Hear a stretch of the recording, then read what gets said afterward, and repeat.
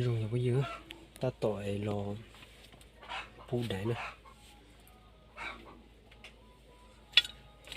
ta tạo nên nháy cho nó to so chơi nháy chỉ là nhau to này. Giờ từ là bỏ nó là cái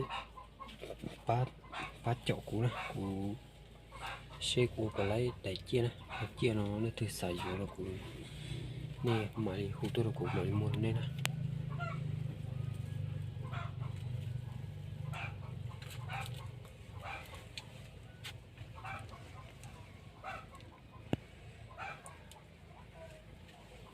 trời nó cả nó ca nhé, cho nó cu mua rồi trở cu cả nó ca thế này.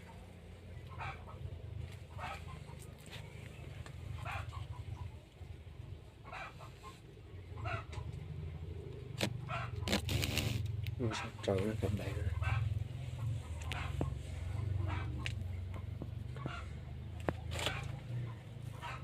Thay mẹ này nó đâu đi ở đâu tôi sao kê sữa tôi sợ đồ lạnh nó mà đi trọt thay đồ nó sẽ nào.